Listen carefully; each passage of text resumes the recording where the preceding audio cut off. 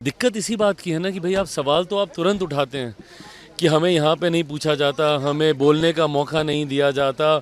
कोई अगर बड़ा राष्ट्रीय अध्यक्ष आता है तो हमें मिलने का समय उनसे नहीं दिलवाया जाता। आप अपनी जिम्मेदारियों को कितना निभा रहे हैं? जब सदन में बड़ी से बड़े विषयों को लेकर बहस होती है, चर्चा होती है, एलओपी होने के बावजूद आप सदन से आप नदारत रहते हैं। इन्हीं की पार्टी के इससे पूर्व में भी एलओपी रहे हैं जो कि पूरा पूरा समय सदन को दिया करते थे।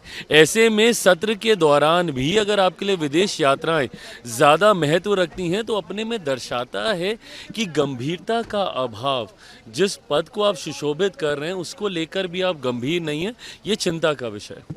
मैं एक ही मुद्दा बोध करना चाहता है, बीजेपी लीडरशिप को बहुत इश्यूज है जो पेंडिंग है, जो दिल्ली पोल्यूशन का है, जो इंडिगो एयरलाइंस का इशू है, जो डॉलर 90 रुपीज़ को चढ़ रहे, उसके ऊपर जवाब देने का कोई औकात नहीं इन लोगों को। सिर्फ राहुल जी के बारे में बात करके, राहुल जी के बारे में नेगेटिव लाइंस बात करके दुनिया के सामने उसको नीचे गिराने की कोशिश कर रहे, उससे कुछ नहीं होने वाले। राहुल जी जर्मनी जा रहे तो कोई प्रोग्रेसिव अलायंस पार्टीज का इनविटेशन पे जा रहे, ग्लोबल पॉलिटिक्स के ऊपर चर्चा कर रहे।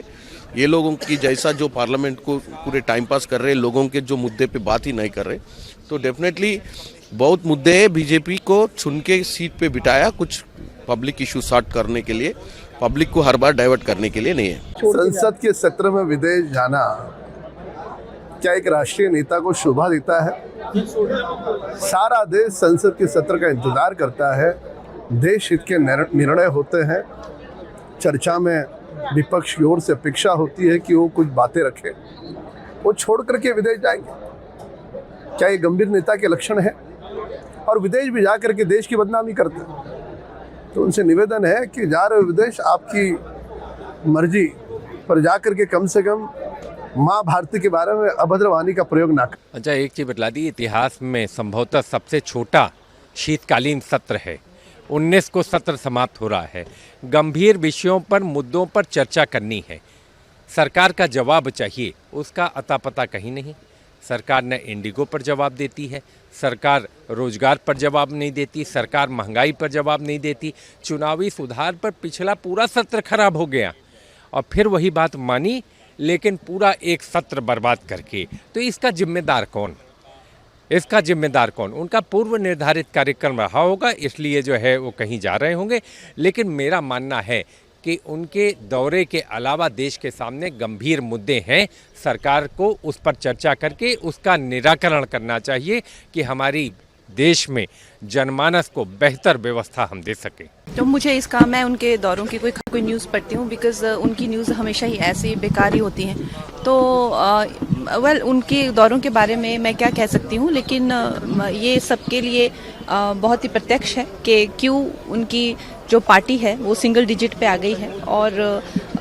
और खैर, इस तरह के किरदार पे, इस तरह के चरित्र पे मैं कोई टिप्पणी नहीं करना चाहती, क्योंकि that person has no substance, that person has no strength of character, so I have nothing to say about it. नहीं, बीजेपी तो वो कोशिश वहाँ पे करेंगे ना। मुझे बीजेपी को यही करना है कि ठीक है, राहुल गांधी जी वहाँ पे नहीं रहेंगे तो बाकी जो सब नेता है उनके जो प्रश्न है उस प्रश्न को उत्तर दीजिएगा। और राहुल गांधी जी जब भी बाहर जाते, कोई यूनिवर्सिटी में जाते, कोई वहाँ के जो इंडियंस है जो वहाँ पे काम करते या सीखते, उनसे बात करते। अभी जर्मनी क्यों गए ये तो मैं नहीं बता सकता, लेकिन आगे जाके पता चलेगा कि वो वहाँ पे क्यों गए।